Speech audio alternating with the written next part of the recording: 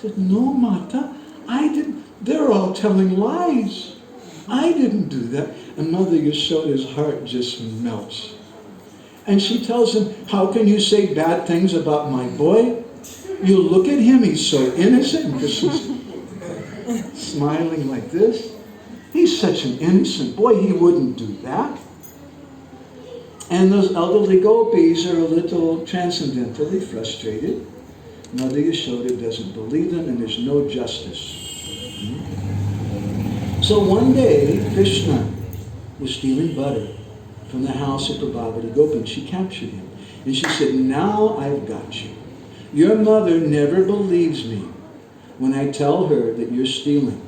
Now I'm going to take you right now to Nanda Bhavan, the house of your father, and everyone's going to hear about how you've been stealing. I caught you red-handed. And Krishna's saying, Mata, please don't do that. My mother will be very angry. No, now I've got you. You come with me. And so she's taking Krishna. But as she comes to the house, Prabhavati Gopi, who's a Brajbasi Gopi lady, and she's a little shy, she's thinking, what are they going, maybe they're going to be angry with me? So she took her uttariya, her outer cloth, and she put it over Krishna's head. So they wouldn't exactly know right away that it was Krishna. And she brought Krishna in by the hand. And she said, hey, Yashoda Rani, Rajani, we've been complaining to you every day about your Gopal, and you won't believe us. But now I have proof. We captured him. We captured your boy. Come, and by this time, everybody in the house is coming. Balaram is there. Rohini is there. Nanda Maharaj is there. All the different servants are there. And Krishna's standing. He's got this cloth over his head.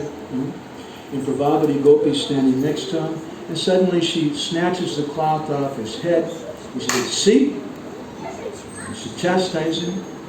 And Prabhavati's standing off to the side. And everybody's looking. And suddenly everybody starts laughing. And Prabhavati gets a little nervous. What are they laughing for? And then Mother Yashoda, in a very gentle, sweet way, she says, Prabhavati, if my Gopal steals something, you should bring him to me. But if it's your boy who does something, then you should chastise your own boy. And Prabhavati is becoming very, what is she talking about? She's very confused. And she looks over at Krishna, and she sees Krishna's gone. And instead, she sees her own son standing there. And then something really short circuits in Prabhavati's brain. She can't understand, how is this possible? She said, but you're the son of Nanda. I just brought, and everybody's laughing. And poor Prabhavati Gopi becomes very, very ashamed. And she takes her son, who's standing next to her then, by the hand, and they leave, very embarrassed. And she starts walking back to her own home. And is about halfway back to her own home that Krishna changed his form back into his original form as a son of Nanda Maharaj. And Krishna's so cheeky. He looked over at Prabhavati Gopi and he said, Mata, this time I took the form of your son. And if you do this again, next time I'm going to take the form of your husband. And then everyone's going to laugh like anything. So this is the nature of Krishna.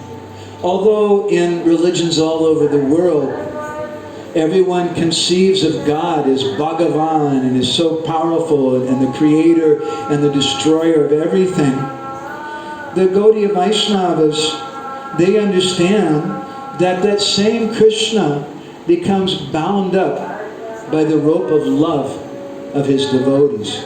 It's described by Lord Nrsimha